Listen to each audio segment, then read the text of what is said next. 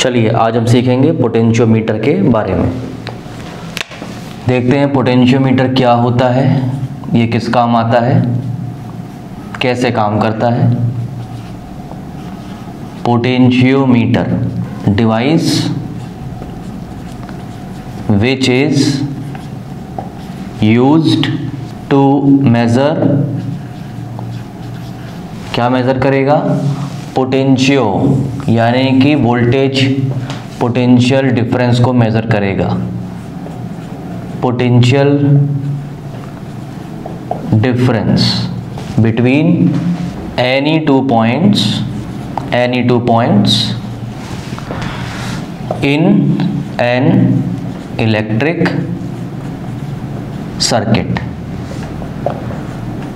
कोई electric circuit होगा, उसमें कोई भी दो पॉइंट्स के बीच में ये पोटेंशियल डिफरेंस को मेज़र करता है। साथ में एक वर्ड और ऐड कर लेना है हमें, उसका नाम है accuracy. Device which is used to measure potential difference between any two points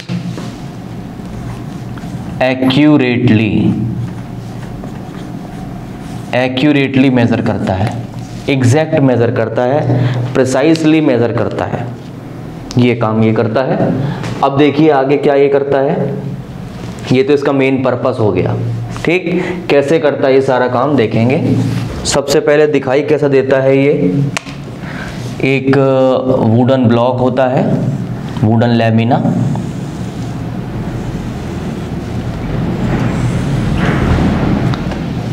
ये वुडन लैमिना है, wooden lamina plane, wooden plane लकड़ी का बना है, किसी भी इंसुलेटर का हो सकता है। ओके, उसके बाद क्या होता है इसमें, जैसा मीटर ब्रिज में हमने देखा था जो वायर था कांस्टेंटन का 1 मीटर का, यहाँ पर 1 मीटर से उसी जैसे एक से ज़्यादा वायर होते हैं। जितने ज़्यादा वायर होंगे उतनी ज़्यादा पोटेंशियोमीटर की सेंसिटिविटी होती है। फिर से बोलते हैं, जितने ज़्यादा वायर पोटेंशियोमीटर में होंगे, कौन कौन से वायर होंगे, एक जैसा मीटर ब्रिज में आपने वायर देखे थे वैसे वायर होंगे। ये 1 मीटर का एक वायर है, फिर यहाँ पर एक स्ट्रिप होगी एल्यूमिनियम या स्टील की, फिर एक स्क्रू लगा होगा, वहाँ से फिर ये वायर, इस तरह से ये वायर स्नेक वाइज चलता रहता है। और 4 वायर, 6 वायर, 7 वायर, 10 वायर, जितने चाहें ज़्यादा से ज़्यादा वायर रख सकते हैं। ये स्ट्रिप्स हैं साथ की, इनको मैं ब्लू कलर से ड्रॉ कर देता हूँ।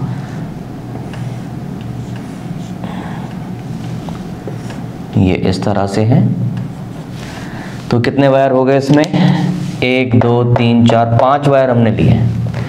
हर एक वायर 1-1 मीटर का है, या फिर 100 सेंटीमीटर का एक वायर है। यहाँ पर भी स्केल फिक्स होता है, जैसा मीटर ब्रिज में था इस तरह से स्केल फिक्स रहता है, 0 से लेके 100 सेंटीमीटर तक।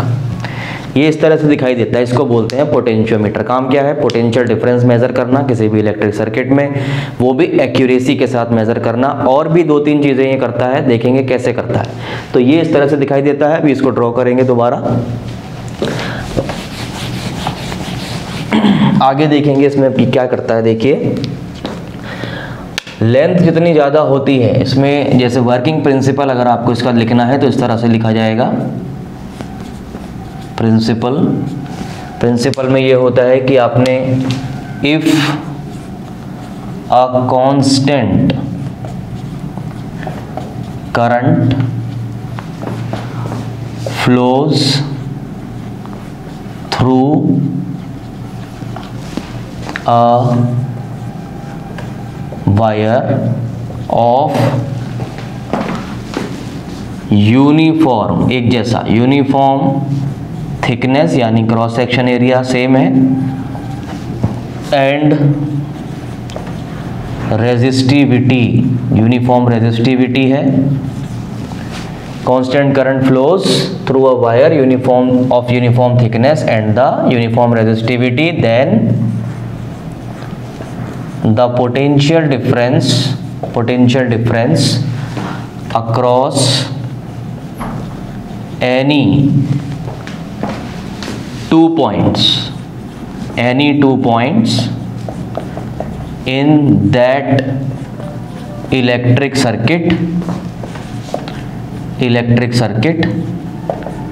is directly proportional to the length of that wire, which means V proportional to L. Proportionality sign हटाएंगे तो यहाँ पर एक कांस्टेंट लगाएंगे K, ये, और इस K को अगर हम लिखेंगे तो ऐसा लिखेंगे V बाई L हो जाएगा। ये इस K को बोला जाता है पोटेंशियल ग्रेडियंट। पोटेंशियल ग्रेडियंट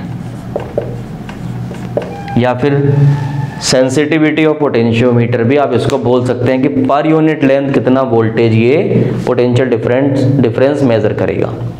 इस चीज को आप वेरीफाई भी कर सकते हो। इस प्रिंसिपल को कैसे वेरीफाई करेंगे? वेरिफिकेशन के लिए हमारे पास एक फॉर्मूला है ओम्स लॉ के टर्म्स में, वो ये हुआ करता था from ohm's law V is equal to I R. Ohm's law external circuit के लिए एप्लीकेबल होता है, बैटरी सेल के बाहर जो पूरा सर्किट लगा है उसमें आई आर। इस पर हम पहले भी काफ़ी बात कर चुके हैं। आर को मैं यहाँ से चेंज करता हूँ, आर का फॉर्मूला लिखता हूँ रेजिस्टिविटी और क्रॉस सेक्शन एरिया के टर्म्स में, वो होता है रो एल अपॉन ए, ये लिख सकते हैं। अब देखिए अगर करंट कांस्टेंट है, रो रेजिस्टिविटी ये कांस्टेंट है uniform, and area of cross section thickness के बारे में लिखा है हमने यूनिफॉर्म थिकनेस, ठीक है। Constant current, uniform thickness and resistivity is uniform. तो उस केस में ये तीन टर्म तो आपके कांस्टेंट हो गए, करंट, रो एंड एरिया। तो आप लिख सकते हैं V proportional to L if I, rho and A are constant,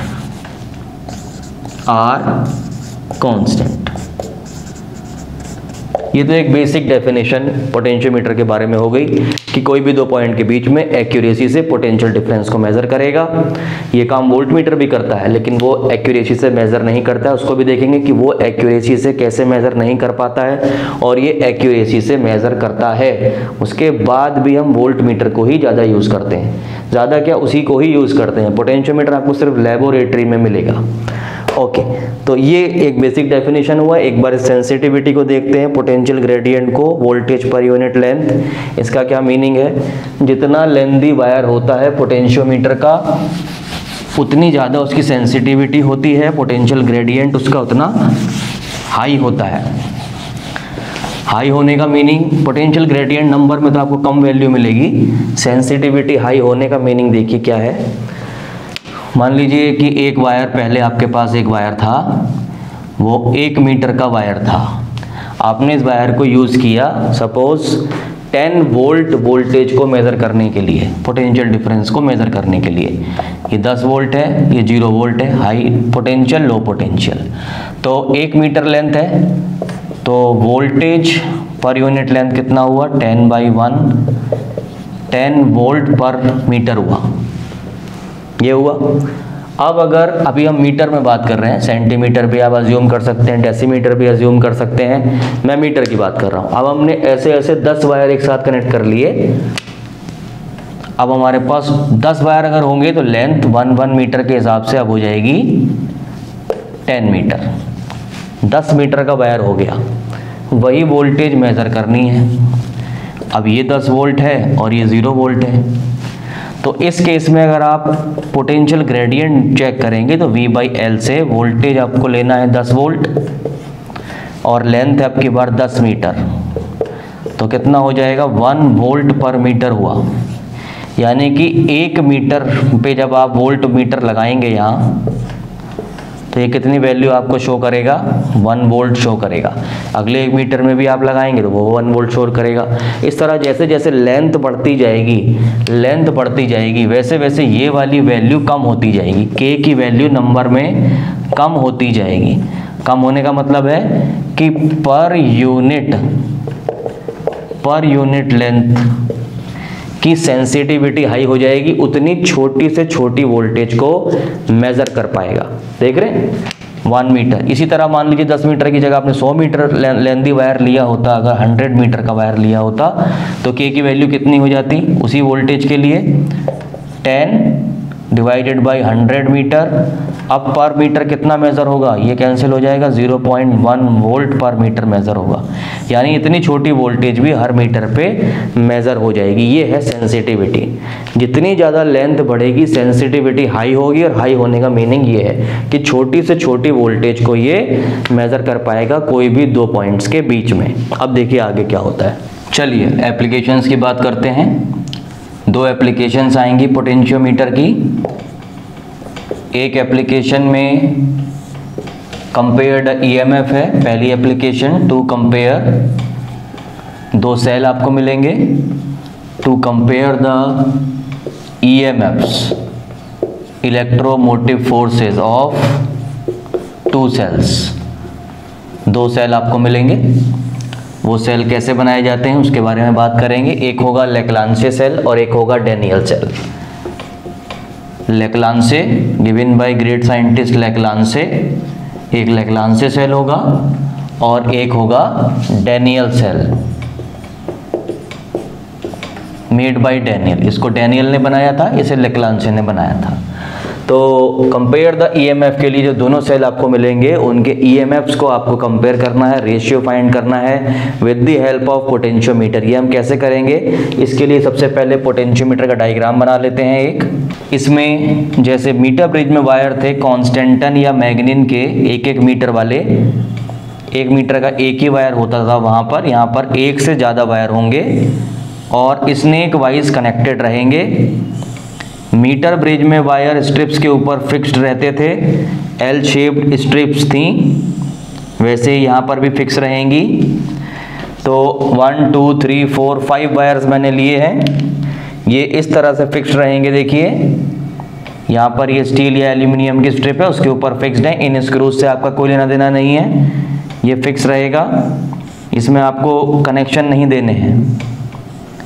connection देने के पॉइंट आपका फर्स्ट और लास्ट पॉइंट, ये 2 रहेंगे। तो कितने मीटर का वायर हो गया, 1 2 3 4 5, यानी 5 metre wire, 5 metre lengthy wire का ये पोटेंशियोमीटर है। इसमें जो फर्स्ट पॉइंट है वो है ए पॉइंट, ये रहा ए पॉइंट ये वाला, और ये पॉइंट है बी। जो कनेक्शन आप देंगे वो यहाँ पर स्क्रू होता है, यहाँ भी स्क्रू रहेगा जैसा मीटर ब्रिज में आपने देखा था। इसको खोल के हम वायर को कनेक्ट कर सकते हैं या निकाल भी सकते हैं, ठीक है। अब इसके बाद देखिए, इसमें आगे बढ़ने से पहले आपको एक बात ये याद रखनी है कि ये बैलेंसिंग पे काम करता है, बैलेंसिंग ऑफ ईएमएफ्स पे काम करता है, वोल्टेज को बैलेंस करता है, इसीलिए एक्यूरेट वैल्यू देता है। मान लीजिए एक सर्किट है, उसमें 2 सेल लगे हैं। जो दोनों एप्लीकेशन हम करेंगे उन दोनों एप्लीकेशन में इसी बात का आपको ध्यान रखना है। ये एक सेल है, इसका ईएमएफ है E1, एक और सेल लगा है, इसका ईएमएफ है E2, और साथ में यहाँ पे गैल्वेनोमीटर लगाया हमने। तो जब E1 अपनी करंट फ्लो कराता है तो positive to negative anti clockwise direction में ये फ्लो कराना चाहता है, और ये वाला पॉजिटिव से नेगेटिव ऐसे क्लॉकवाइज डायरेक्शन में करंट को फ्लो कराना चाहता है। तो गैल्वेनोमीटर में कोई भी करंट नहीं शो हो रही है, यानी कि गैल्वेनोमीटर में 0 करंट है। इसका मीनिंग ये है कि दोनों ईएमएफ E1 और E2 दोनों सेल के ईएमएफ की जो पावर है वो सेम है। सिर्फ और सिर्फ तभी ऐसा होगा जब भी किसी सर्किट के अंदर किसी लूप में 2 सेल हों और करंट 0 हो जाए, इसका मतलब दोनों ईएमएफ की वैल्यू बिल्कुल सेम है।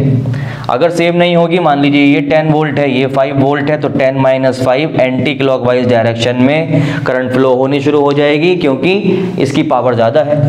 अगर दोनों सेम वोल्टेज के होंगे तो कोई भी करंट फ्लो नहीं होगी। अब इस बात को आप यहाँ पर कैसे यूज करेंगे, देखिए यहाँ से एक सेल को निकाल लेना है और इस तरह का सर्किट आपको मिलेगा। गैल्वेनोमीटर होगा, इस वायर को हम, जो हमारा पोटेंशियोमीटर का वायर है यानी कि ये वाला वायर, उस वायर के ऊपर इस एंड को कनेक्ट कर देंगे एक जगह पर, और दूसरे एंड में जॉकी, जो स्लाइडर जॉकी है, उसको यहाँ पर ऐसे टच कराते हुए आगे बढ़ते जाएंगे।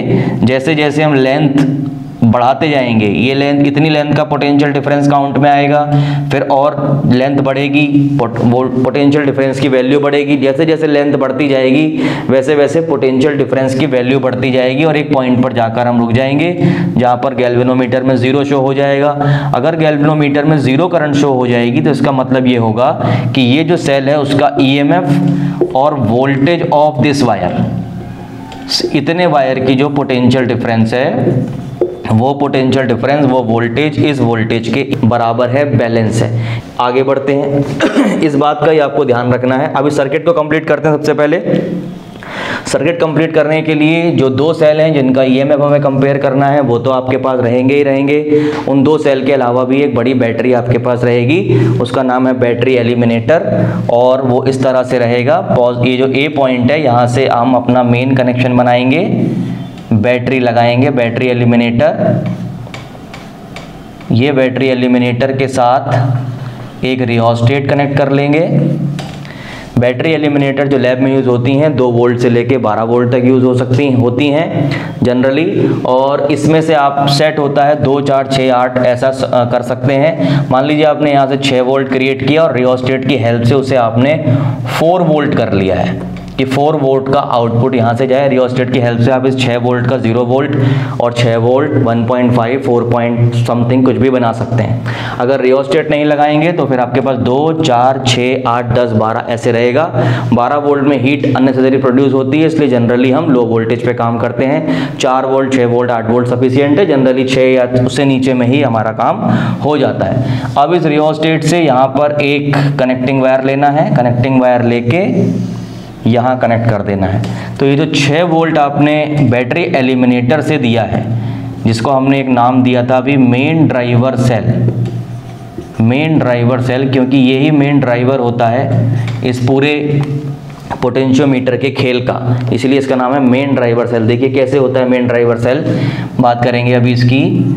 6 वोल्ट हमने बैटरी एलिमिनेटर से बना के भेजा, रियोस्टेट की हेल्प से हमने 6 वोल्ट का कर लिया 4 वोल्ट, यानी कि 4 वोल्ट का पोटेंशियल डिफरेंस ए और बी पॉइंट के बीच में कनेक्टेड है। इस बात को बहुत ध्यान से देख लीजिए। 4 वोल्ट यहाँ से हमने रियोस्टेट की हेल्प से 4 वोल्ट आउटपुट यहाँ से आगे भेजा, यानी कि ए पॉइंट जो पॉजिटिव टर्मिनल से कनेक्टेड है उसका हाई पोटेंशियल है 4 वोल्ट और बी पॉइंट का पोटेंशियल है 0 वोल्ट, यानी कि यहाँ से लेकर ये जो पूरा वायर ऐसे स्नेक वाइज चल रहा है उसमें 4 वोल्ट, 1, 2, 3, 4, 5 वायर में 4 वोल्ट का पोटेंशियल डिफरेंस भेजा हुआ है। यहाँ से आधे पे जाएंगे आप या 1/3 पे जाएंगे तो उसके अकॉर्डिंग पोटेंशियल डिफरेंस का ड्रॉप होता जाएगा, वोल्टेज का ड्रॉप होता जाएगा, वो 4 से कम रहेगा। ठीक है, जैसे जैसे लेंथ आप फुल लेंथ ले लेंगे यहाँ से लेकर यहाँ तक, तो फुल 4 वोल्ट की के अकॉर्डिंग आप काम करेंगे, और आप कम लेंथ लेंगे, जितनी कम लेंथ लेंगे इतनी लेंथ का आपके पास वोल्टेज में रहेगा।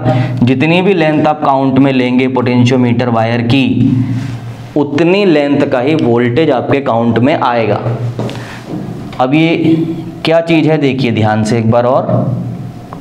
ये तो हमारा मेन सर्किट हो गया, जो 2 सेल हमें कनेक्ट करने हैं जिनका हमें ईएमएफ कंपेयर करना है। कनेक्टिंग वायर ए पॉइंट से लेना है, दोनों सेल के पॉजिटिव टर्मिनल्स को, दोनों सेल के पॉजिटिव टर्मिनल्स को, ये सेल 1 है, मान लीजिए लेक्लांचे है, लेक्लांचे सेल, और दूसरा जो डैनियल सेल है उसका भी पॉजिटिव, दोनों सेल के पॉजिटिव टर्मिनल ए पॉइंट पर कनेक्टेड है। मेन ड्राइवर सेल का भी positive same point A point पर कनेक्टेड है। उसके बाद ये EMF2 डैनियल सेल है, ये किसी को भी आप डैनियल और लेक्लांच से बना सकते हैं। इसे यहाँ कनेक्ट कर लीजिए, इसको यहाँ कर लीजिए, डैनियल लेक्लांच से ऊपर नीचे हो जाएंगे, उससे कोई मतलब नहीं है। ये एक 2 वे की है। इसके बाद इस 2 वे की में देखिए क्या करना है। 2 वे की के मिड पॉइंट से गैल्वेनोमीटर कनेक्टेड है और गैल्वेनोमीटर के आगे ये स्लाइडर जॉकी है। जैसा कि आपने मीटर ब्रिज में भी देखी है, इस जॉकी को आप इस वायर के ऊपर टच कराएंगे। जैसे ही आप टच कराएंगे इस कंडीशन में गैल्वेनोमीटर कुछ नहीं दिखाएगा, क्योंकि यहाँ से भी कनेक्शन ब्रेक्ड है, यहाँ से भी ब्रेक्ड है। तो आप जिस भी सेल को काउंट में लेंगे, जिस भी सेल के वोल्टेज और पोटेंशियोमीटर वायर की, बहुत इंपॉर्टेंट बात है, जिस भी सेल के वोल्टेज यानी ईएमएफ और वायर के वोल्टेज में आपको टग ऑफ वार कराना है, उस सेल को कनेक्शन में ले लेंगे। मान लीजिए मैंने यहाँ कनेक्ट कर लिया, की लगा दी यहाँ पर मैंने, और उसके बाद जैसे ही मैं इस वायर को यहाँ कहीं टच कराऊंगा गैल्वेनोमीटर में डिफ्लेक्शन आना शुरू हो जाएगा। गैल्वेनोमीटर में ए पॉइंट पर कनेक्ट कराएंगे, डिफ्लेक्शन किसी एक तरफ आएगा, और जब बी पॉइंट के पास कनेक्ट कराएंगे जॉकी की हेल्प से, यहाँ कहीं पर जॉकी लेकर, ठीक है, तो दूसरे डायरेक्शन में डिफ्लेक्शन आना चाहिए। अगर नहीं आ रहा है तो आपके कनेक्शन गलत हैं, कहीं ना कहीं आपसे एरर हुई है, ये बात आपको ध्यान रखनी है। अभी देखेंगे कैसे एक ही तरफ आता है, किस कंडीशन में दोनों तरफ आता है, दोनों बातें देखेंगे। अगर एक बार आपको ऐसा पॉइंट मिल गया, मतलब आपने ये देख लिया कि ए पॉइंट पर लगाने से गैल्वेनोमीटर में जीरो के किसी एक तरफ डिफ्लेक्शन है और बी पॉइंट के पास लगाने से दूसरी तरफ डिफ्लेक्शन है, इसका मतलब साफ है ए और बी के पॉइंट में कोई ना कोई पॉइंट ऐसा जरूर होगा जहां पर ये डिफ्लेक्शन जीरो पे जाके रुकेगा। बस उसी पॉइंट को ढूंढ लेना है और ए से लेके वहां तक की लेंथ ले लेनी है, ठीक है। उतनी लेंथ का वोल्टेज इस ईएमएफ से बैलेंस हो जाएगा। ऐसा ही फिर इस सेल को हटा देना है, दूसरे सेल को लगाना है, उसके साथ यही करना है। देखिए कैसे करेंगे। सबसे पहले ये वायर हमने लिया और वायर लेकर हमने टच कराना शुरू किया, और टच करा के हमें मान लीजिए ये यहाँ पर ये वैल्यू मिल जाती है। मान लीजिए पॉइंट का नाम है सी पॉइंट। तो ये लेंथ कितनी है, यहाँ पर मीटर ब्रिज की तरह स्केल कनेक्टेड होता है, 1 मीटर का स्केल है ये, इसमें 100 सेंटीमीटर तक मेंशन है जैसा मीटर ब्रिज में था। तो एक वायर 100 सेंटीमीटर, फिर 200 सेंटीमीटर, और उसके बाद ये जितनी भी है 200 समथिंग सेंटीमीटर पे सी पॉइंट है। इतनी लेंथ का जो वोल्टेज है वो वोल्टेज और इस ईएमएफ में बैलेंस हो गया है। गैल्वेनोमीटर जीरो दिखा रहा है, ठीक है। जब ऐसा दिखाएगा तो उस कंडीशन में ये हो जाएगा कि यहाँ से लेकर यहाँ जो वायर है उस वायर का potential difference is equal to KL1। K was potential gradient, L1 is balancing length, यानी कि लेंथ A से लेकर यहाँ C पॉइंट तक की लेंथ। इसने किसको बैलेंस किया, इस पोटेंशियल डिफरेंस ने, इस वोल्टेज ने, इस पोटेंशियल डिफरेंस ने बैलेंस किया है इस वोल्टेज को यानी EMF को, यानी कि हम इसे E1 के अकॉर्डिंग लिख सकते हैं, which means E1 is equal to KL1, equation number 1। ऐसा ही दूसरे के साथ भी करते हैं। इस सेल को हटा देंगे, की को बाहर निकाल देंगे और दूसरे सेल की की को इन कर देंगे, और फिर गैल्वेनोमीटर की जॉकी को इसी तरह से ढूंढेंगे। और मान लीजिए अब की बार आपको बैलेंसिंग पॉइंट यहाँ कहीं मिलता है, तो ये डी पॉइंट है, तो ए से लेकर डी पॉइंट तक की जो लेंथ होगी उस लेंथ का पोटेंशियल डिफरेंस इस ईएमएफ को बैलेंस करेगा। वो पोटेंशियल डिफरेंस की लेंथ अलग आ रही है, इसलिए उसका नाम हम रखेंगे V2 is equal to KL2, और ये बैलेंस कर रहा है EMF of second cell. So E2 is equal to हमें मिलता है KL2, इक्वेशन नंबर 2। उसके बाद बस 1/2 कर लीजिए या 2/1 कर लीजिए। रेशियो आपको लेना है E1/E2 is equal to KL1 divided by KL2। K से K कैंसिल होगा और ये आपका रिक्वायर्ड रिजल्ट है। E1/E2 is equal to L1/L2, ये where L1 and L2 are the balancing length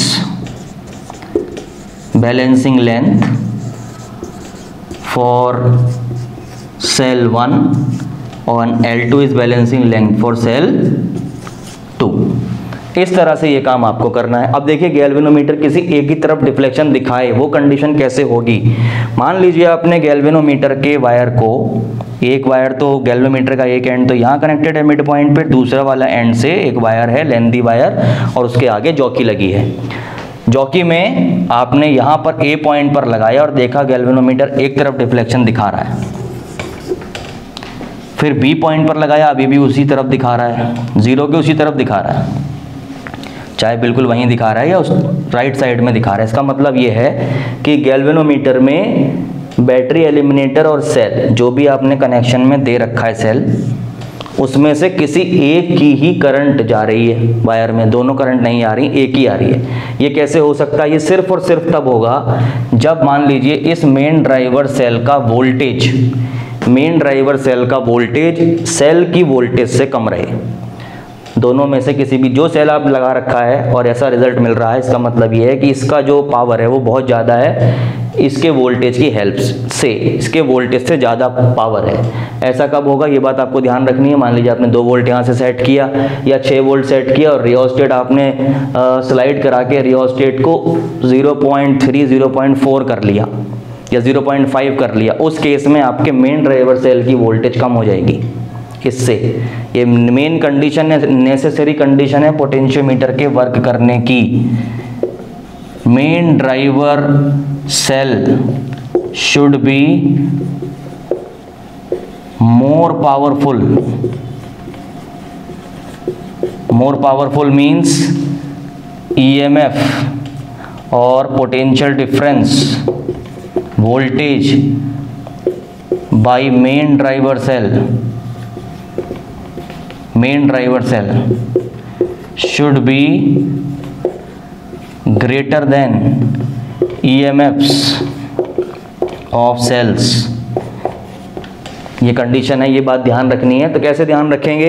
आपको 2 वोल्ट से ज़्यादा यहाँ से वोल्टेज सेंड करनी है। मान लीजिए 6 वोल्ट यहाँ से बनाया तो यहाँ 4, 3 ऐसा बना के रखिए, उसको 1 के आसपास या 1 के नीचे मत लेकर जाइएगा। क्यों? क्योंकि जो लेक्लांचे सेल होता है, लेक्लांचे सेल की लिमिट होती है। लेक्लांचे सेल आयोनाइजेशन पे काम करता है। लेक्लांचे सेल 1.5 से लेकर 2 वोल्ट तक ही वोल्टेज बना पाता है।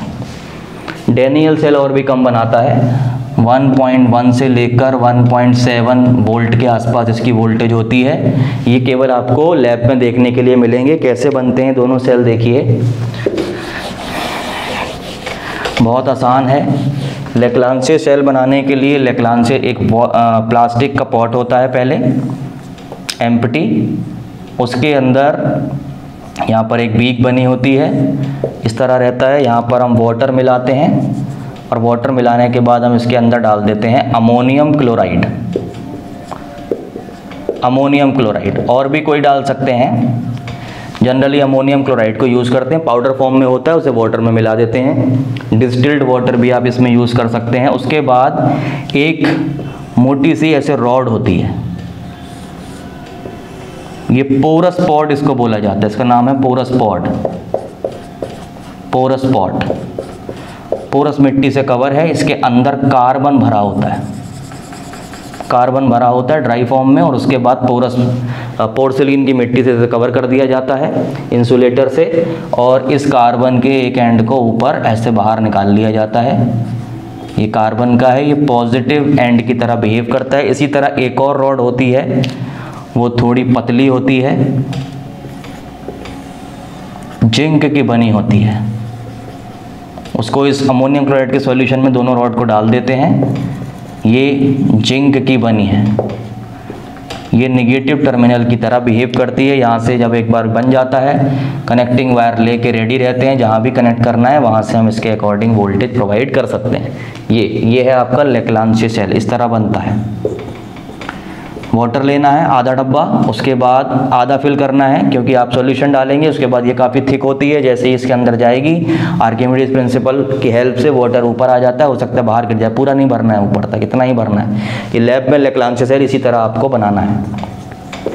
इस तरह डैनियल सेल देखिए, डैनियल सेल थोड़ा सा कॉम्प्लिकेटेड होता है, उसमें 2 सॉल्यूशन बनाए जाते हैं। डैनियल सेल इस तरह से बनता है, इसमें इसी तरह का प्लास्टिक का है, यहाँ पर ये प्लास्टिक का पॉट है जिसके अंदर ये सब हमने तामझाम लगाया है, प्लास्टिक पॉट। ऐसा ही यहाँ पर कॉपर का पॉट होता है, डैनियल सेल में कॉपर का बना होता है, ये तांबे का कॉपर पॉट, हॉलो है, कॉपर पॉट है, ऊपर से खुला है। इसके अंदर हम कॉपर सल्फेट मिला देते हैं, कॉपर सल्फेट। पहचानना बड़ा आसान होता है। कॉपर सल्फेट ब्लू कलर का होता है ये, वो भी इसी तरह वाटर लेंगे, उसके अंदर इसको मिला देंगे, डिस्टिल्ड वाटर भी यूज़ कर सकते हैं। उसके बाद यहाँ पर ऐसा ही एक porous pot, hollow porous pot डालते हैं। अब की बार ये पोरस पॉट हॉलो है, इसमें कोई कार्बन नहीं भरा हुआ है, बीच में खाली है ये, इस तरह से रख देते हैं। अंदर से खाली है, यहाँ पर ये एक तरफ से बंद है। इसके अंदर दूसरा सॉल्यूशन मिलाते हैं। सॉल्यूशन तो हो गया आपका कॉपर सल्फेट CuSO4 यहाँ पर। उसके बाद ये पोरस पॉट आ गया। उस पोरस पॉट के अंदर हमें मिलाना है dilute H2SO4, diluted sulphuric acid. एक एंड इस कॉपर पॉट के साथ लगा रहता है, ये पॉजिटिव एंड की तरह बिहेव करता है, कनेक्टिंग वायर। और ये जो डाइल्यूट H2SO4 मिलाया है यहाँ पर इस पोरस पॉट के अंदर, हॉलो पोरस पॉट में, इसके अंदर ऐसी ही जिंक रॉड डाल देते हैं। जिंक की बनी हुई पतली सी रॉड होती है, उसे डाल देते हैं, जिंक रॉड।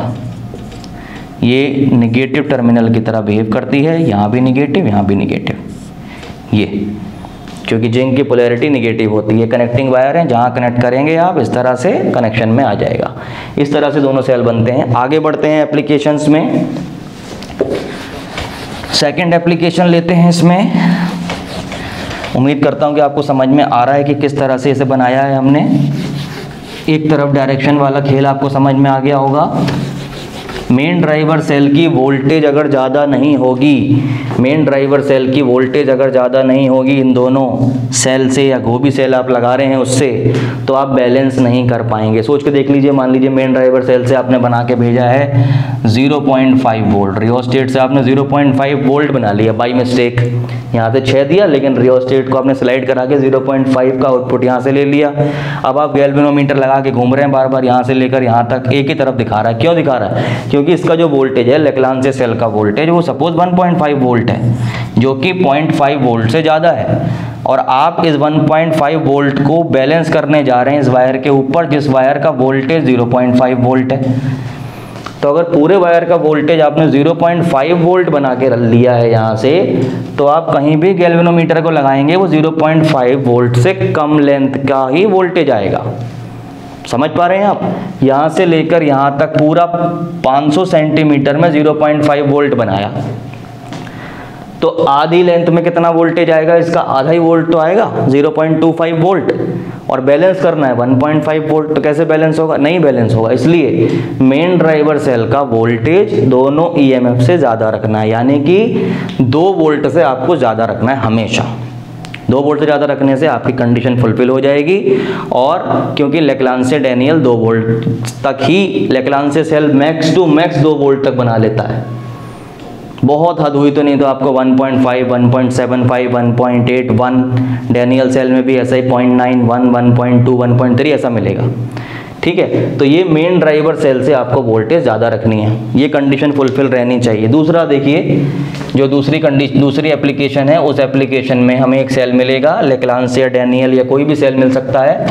उस सेल का इंटरनल रेजिस्टेंस हमें कैलकुलेट करना है। Internal resistance, to find internal resistance, internal resistance of a cell. इसको ध्यान से देखिएगा, इसमें 2 सेल की जगह अब 1 सेल होगा। कंपैरिजन में 2 सेल लिए हैं हमने, अब यहाँ पर 1 सेल हो गया, सिंगल सेल है। अगर सिंगल सेल है तो हमें 1-2 करने की कोई ज़रूरत नहीं है सेल में। ये लेक्लांचे सेल लिया और मान लीजिए इसका हम इंटरनल रेजिस्टेंस निकाल रहे हैं। ये कनेक्शन सारे एज इट इज़ हैं। ये इसका EMF, और यहाँ पर अब की बार जो सेल हटा दिया है उसकी जगह हम लगाएंगे रेजिस्टेंस बॉक्स, यहाँ पे लगाएंगे। उस रेजिस्टेंस बॉक्स से जो कि हम बाहर निकालेंगे 2 ओम, 4 ओम, 5 ओम, वो यहाँ से R हमारा बन जाएगा, एक्सटर्नल रेजिस्टेंस। और इस सेल का कुछ अपना इंटरनल रेजिस्टेंस होगा, मान लीजिए स्मॉल r है। ये आपकी 2 वे की जैसे पहले थी वैसे ही अब की बार भी है।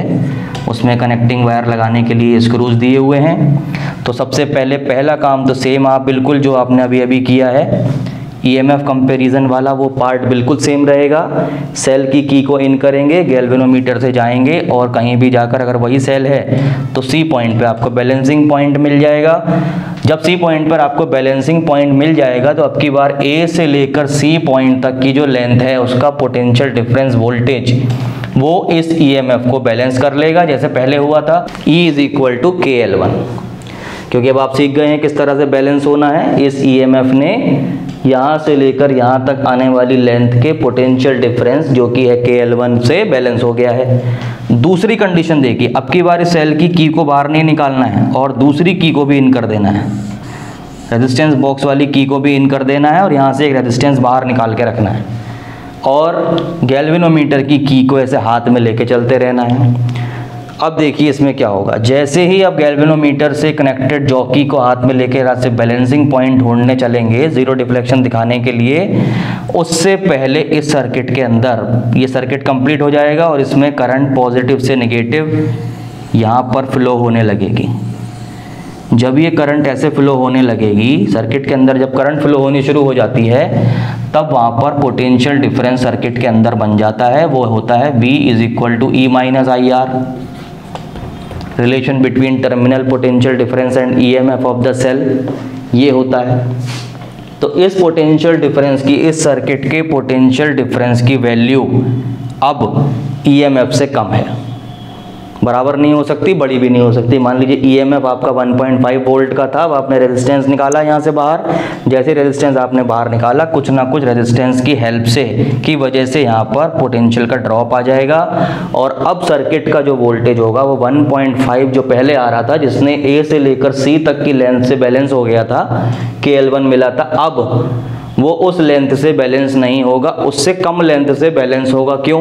क्योंकि इस सर्किट का जो वोल्टेज है पहले जितना नहीं रहा, उससे कम हो गया है। कम ही होगा, कभी भी बढ़ नहीं सकता, क्योंकि रेजिस्टेंस आपने निकाला, उससे करंट जाएगी, यहाँ पर फ्लो होगी और पोटेंशियल डिफरेंस का, पोटेंशियल का ड्रॉप आएगा। जब ड्रॉप आ जाएगा 1.5 से, मान लीजिए 1 वोल्ट हो गया होगा सपोज, तो 1 वोल्ट अब कम लेंथ पर बैलेंस होगा। तो आप इस कंडीशन को हमेशा याद रखिए। अब की बार मान लीजिए इस डी पॉइंट पर बैलेंस हो गया जो सी पॉइंट से पीछे है। हमेशा याद रखिए इस वाली कंडीशन में internal resistance of cell calculate करने के लिए जो बैलेंसिंग लेंथ आपको पहले मिलेगी, उस बैलेंसिंग लेंथ L1 से दूसरी वाली बैलेंसिंग लेंथ हमेशा कम मिलेगी, बराबर भी नहीं मिल सकती, बड़ी भी नहीं मिल सकती, कम ही मिलेगी। जब वो कम मिलेगी तो उस केस में आपका जो ये जो रिजल्ट आपको नजर आ रहा है V is equal to E minus IR, इसको थोड़ा सॉल्व कर लेते हैं क्योंकि हमें कैलकुलेट करना है R, small r, internal resistance. तो IR को मैं इधर ले आया, ये हो जाएगा E माइनस V, और V कौन है? V is terminal potential difference, और टर्मिनल पोटेंशियल डिफरेंस में हम ओम्स लॉ लगा सकते हैं। सेल के बाहर का पोटेंशियल डिफरेंस है तो ओम्स लॉ से V की वैल्यू हो जाती है I कैपिटल R, और ये है IR। यहाँ से स्मॉल r को छोड़ दीजिए, I को नीचे भेजिए, E by I minus I से I कैंसिल होगा, यहाँ रह जाएगा R। उसके बाद मैंने यहाँ से R कॉमन निकाला, R कॉमन निकाल के मैंने यहाँ पर लिखा E divided by IR minus 1। कोई कहे वापस करिए, R से मल्टीप्लाई करेंगे, E बाई आई हो जाएगा, R इंटू R 1 R हो जाएगा। यहाँ पर ये I कैपिटल R, ये है potential difference, terminal potential difference, इसको फिर V से रिप्लेस कर देंगे, ये हो गया। और यहाँ पर E और V की वैल्यू यहाँ से लाएंगे, जैसे कंपैरिजन ऑफ EMF में किया था, E1 by E2 is equal to L1 by L2। ऐसे यहाँ पर E मिल रहा है KL1, और दूसरे केस में जो बैलेंसिंग हुई है वो बैलेंसिंग हुई है पोटेंशियल डिफरेंस की, इस V की, और इस V की पोटेंशियल डिफरेंस के अकॉर्डिंग जो वैल्यू बनेगी वो बनेगी in terms of this wire, length of the wire KL2, V is equal to KL2। V भी आपको मिल गया, E भी आपको मिल गया, तो E बाई V कितना हुआ? KL1 divided by KL2, K से K कैंसिल होगा, E बाई V की वैल्यू आ जाएगी L1 बाई L2। इसे यहाँ रिप्लेस कर देंगे, R is equal to capital R into L1 by L2 minus 1। यहाँ जाके आपका काम खत्म हो जाएगा। कंडीशन हमेशा याद रखिएगा ये वाली, इसमें इंटरनल रेजिस्टेंस कैलकुलेट करने के लिए always L2 would be less than L1 से छोटी ही आएगी, बराबर भी नहीं आ सकती, क्योंकि कुछ ना कुछ वैल्यू तो आप यहाँ से आउट करेंगे ही। जीरो रेजिस्टेंस क्रिएट करेंगे तब बैलेंसिंग लेंथ बराबर आ जाएगी, जीरो लेंथ क्रिएट करने तो कोई बेनिफिट ही नहीं होगा। मान लीजिए आपने यहाँ से जीरो रेजिस्टेंस क्रिएट किया तो V की वैल्यू कितनी हो जाएगी, V की वैल्यू भी उतनी हो जाएगी जितनी E की है, KL1 बन जाएगा, फिर वही सेम बैलेंसिंग लेंथ आ जाएगी। अगर सेम बैलेंसिंग लेंथ आ गई, L1 L2 दोनों बराबर हो गए तो कैंसिल हो जाएंगे, 1 - 1 की वैल्यू हो जाएगी 0, 0 × R हो जाएगा 0, और इंटरनल रेजिस्टेंस सेल का हो जाएगा 0, जो कि इम्पॉसिबल है। सेल का कुछ ना कुछ इंटरनल रेजिस्टेंस होता ही है, भले ही छोटे से छोटा हो, कम से कम हो, लेकिन होगा जरूर। ठीक है, इस तरह से ये रिजल्ट आपको मिलता है। जबकि जो कंपेरिजन ऑफ EMF था उसमें L1 L2 में कौन बड़ा होगा कौन छोटा होगा कोई कंडीशन नहीं है, दोनों बराबर भी हो सकते हैं, कोई भी बड़ा और छोटा हो सकता है। डिपेंड करता है कि दोनों सेल के EMF अगर बराबर हैं तो बैलेंसिंग लेंथ ऑलमोस्ट बराबर आ जाएंगी, अगर छोटे बड़े हैं तो जो छोटा EMF होगा उसकी बैलेंसिंग लेंथ कम होगी, और जिस सेल का EMF ज़्यादा होगा उसकी बैलेंसिंग लेंथ ज़्यादा होगी। ये बात याद रखिए। पूरा खेल इस पोटेंशियोमीटर में EMF या वोल्टेज और जो वायर है उस वायर की वोल्टेज को बैलेंस करने का है। So this is all about the potentiometer, applications of potentiometer. In applications को अच्छे से स्टडी करिए और उनको स्टडी करने के बाद लैब में जाइए, इसी तरह से परफॉर्म करिए, एक ही बार में आपके अच्छे रिजल्ट्स आने शुरू हो जाएंगे। एंड मिलते हैं अपने नेक्स्ट वीडियो में।